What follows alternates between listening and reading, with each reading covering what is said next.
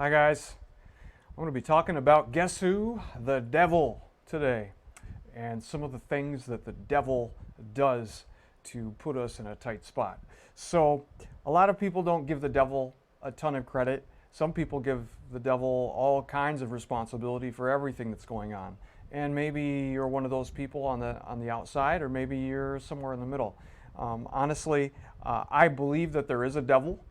The reason I believe that is because Jesus believed that there was a devil and spoke about him like he was real. And we even have some gospel accounts. 3 of the 4 gospel accounts tell us about time Jesus actually spent in conversation with the devil. That's what we're actually going to talk about today. You know, if you think about it, Jesus, at the beginning of his ministry, there's this little blurb about how Jesus goes out into the desert for a bunch of time to be tempted by the devil. And a lot of people glance over that and they wonder, what is that all about? Does this mean anything? Is this relevant? And I want to tell you this morning, absolutely it is. Because if you think about it, the devil, this is his chance to derail everything that Jesus is about to do. He's going to be given one solid chance to throw his level best at Jesus in order to get him to stop or give up or to discredit him or who knows what. And so Jesus is going out into this desert situation, and it says that he's fasting for 40 days and 40 nights. For 40 full days, he's not eating really any food. I don't know if he brought anything, but he's not eating for 40 days and for 40 nights, and he's just drinking some water. And really what he's doing is he's going as close to the edge of death as you really can go, especially in a desert situation. It is so hot. It is just outrageously hot. Just an incredible environment, and he's not eating for 40 straight days. And so you'd think that the devil, in order to derail Jesus, might start at day 7 or day 8, and just kind of keep working at him, keep chiseling away. But it says the devil waited in Matthew 4, 1 through 11. The devil waits until Jesus has been fasting and praying for 40 straight days. And it's at the end of that time that the devil starts to try and work his magic. And I should think that you would want to know what in the world Jesus is really doing out here anyway. I mean, he knew he was to be tempted. Why would you go tempt yourself if you're the Son of God? What does that even do? And this is important to understand this, that Jesus was out there preparing himself to rely on God more than anything else that he supposedly needed, even food and water, even to the point that the things you actually need to survive. No. He has to practice making God more important than even the things that seem like they're even more important than God. He's saying no. Even to the point of suffering, even to the point of near death, I am preparing myself to rely on God even far and above what everybody else says is most important. So he's out there and he's praying and he's practicing putting God above everything else. And the devil, after 40 days, decides this is the time when Jesus is the absolute weakest. He's maybe even near death at this point. I can't imagine what it's like to not eat for 40 days. 40 minutes goes by and I'm hungry, okay? I'm starting to get a little cranky. And this is the devil's place. And the devil puts out 3 plays. And I'm going to just cover this one play today. And I want you to see how clever it really is. So here's the play. Here's the play for today. It's written that the devil takes Jesus out to the top of the temple of the holy city. He's taking him out so he can see far, far, far away, to see everything that's in the city. And it's the highest point in the city. It's way up on the top of a mountain, basically a big outcrop. It's built way up high. It's the highest thing that anybody's going to see. Nothing's higher than the temple. And he says, if you're the Son of God, throw yourself down. If you're the Son of God, he said, throw yourself down. For it is written, he will command his angels concerning you, and they will lift you up in their hands, so that you will not strike your foot against a stone. If you're the Son of God, then just do this thing to prove it to me. Prove it to me who you are, if you really are the Son of God. Can you hear the temptation in that? To answer that, to prove something out to him? If you're the Son of God, then just do this thing. It would be easy. I mean, if it's really true, just do it. Prove it to me, because I'm kind of doubtful. I'm a little bit doubtful that it's true. Now, he's saying, just do this little thing to prove to me your identity. Well, what harm could that do? If you're like me, if anything like me, when I read that, I think to myself, well, it's Jesus. You know, if he throws himself off the temple just to make a point, I mean, what's the big deal? He's Jesus. And if everything that the devil just said is true, I mean, yeah, God is going to protect him, is going to send his angels to, swarm around and guard him and pick him back up and raise him back up to heaven. I don't know how that works, but you'd think, well, what is the harm in that?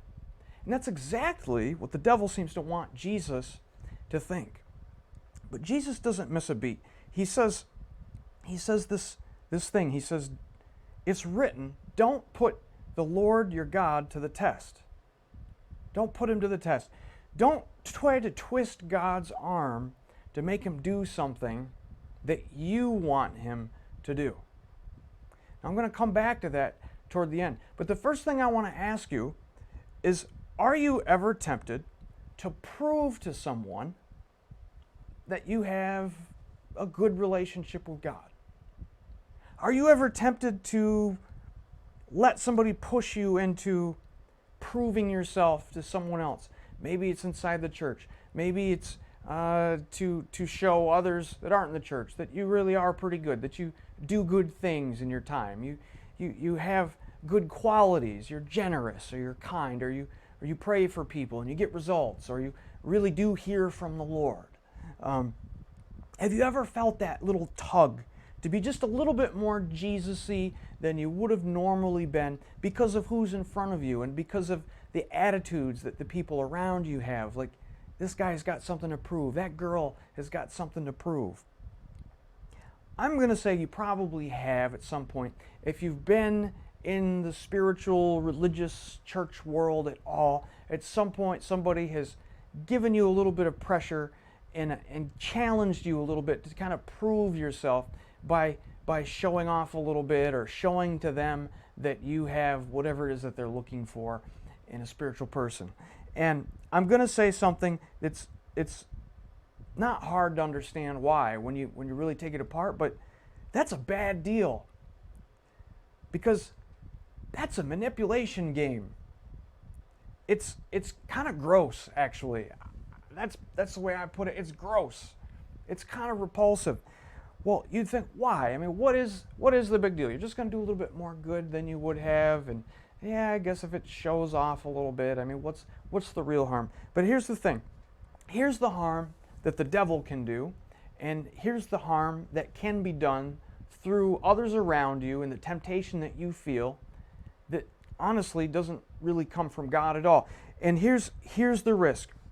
Because you were thinking of doing something good, and the motive behind doing something good before the temptation hopefully was just to glorify God, to let others see God for who He is by what His people do through His power. And when you give in to the temptation to prove to yourself, to others, what your connection is, your power, your ability, your wisdom, or your generosity, whatever good thing that you want people to see, we're talking about here, you were thinking of doing something for the glorification of God, but now you see it's changed. Now it's become about proving who you are. See, before it was about proving who God is. Now it's about proving who you are. It became selfish instead of selfless. Selfless is where the good things begin, but they can become tainted when we change our motives and we start to think about what they say about us to other people, and we start to adjust ourselves and amp up what we were going to do and make a bigger deal about what we were going to do for the wrong reason. And I just want to bring you back to reality and say, well, that's not what we do good for. Not to prove something about ourselves to others. It's to prove something good about Jesus and what he wants for his children, for his sons and daughters that he's claiming back.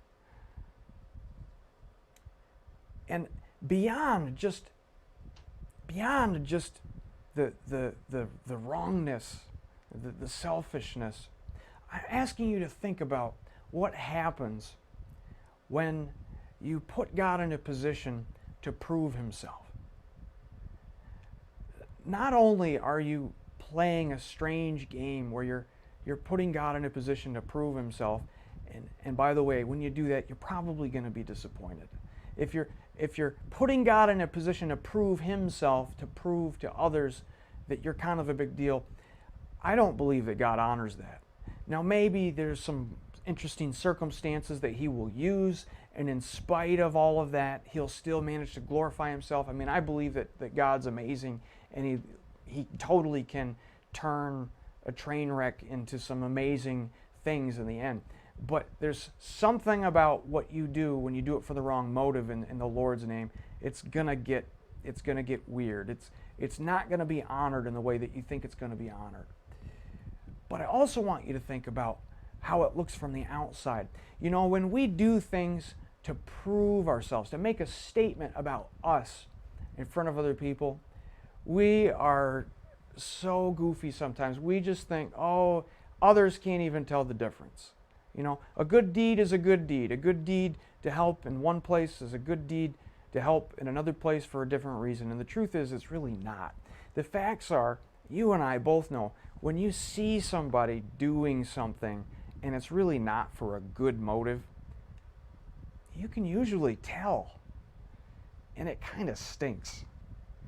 I want to say it smells kind of like old fish, a little bit. You know, you put some fish in the vegetable jar in the fridge, and you know, everything else that goes in the vegetable jar, including all the vegetables, you forget about them. They just sit there because I guess people don't eat vegetables. But they sit there and you forget, and then you open that jar up weeks later and you just get that waft of, you know. And the truth is, most of us can tell from a mile away when people are starting to do things to be seen and to be thought well of versus to get the glory for God. It does not have the effect that you would like it to have. It actually has the opposite effect. It actually sends the message that this faith thing is a little bit phony, a little bit false, a little bit insincere. Maybe just like all of the other ideas and philosophies out there that are really rooted in making us feel better, look better, seem better than we actually are. Basically, hypocritical. So my advice to you is this.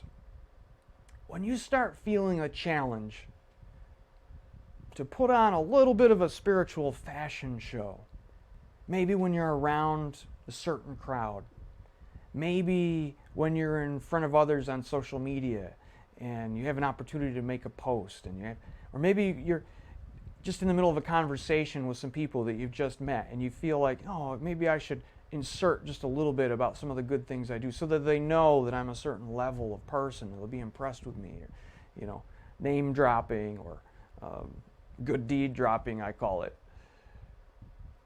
Pump the brakes.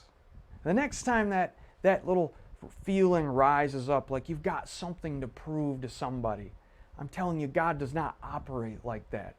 Pump the brakes. Time to pump the brakes. When Jesus takes you on and invites you into the kingdom to be a child of the Father who created you, there's really nobody left that you have to prove anything to. Jesus is looking for a sincere faith, something that comes out of the heart to do the will of the one that you love, the one that you made you, something real, something genuine, something powerful, something like that has real influence. Something like that is exactly the purpose that you're created for when God reclaimed you to be in the kingdom of heaven. when you see something else, when you smell something else, you feel that tug, pump the brakes. Pump the brakes. It's time to re-examine. It's time to reconsider. And it's time to go back to God. Not to stop doing good things all across the board, but just to go back to God and say, okay, what is the thing that you want people to know about yourself through what I do? And where can I show that to somebody today? Thanks, guys.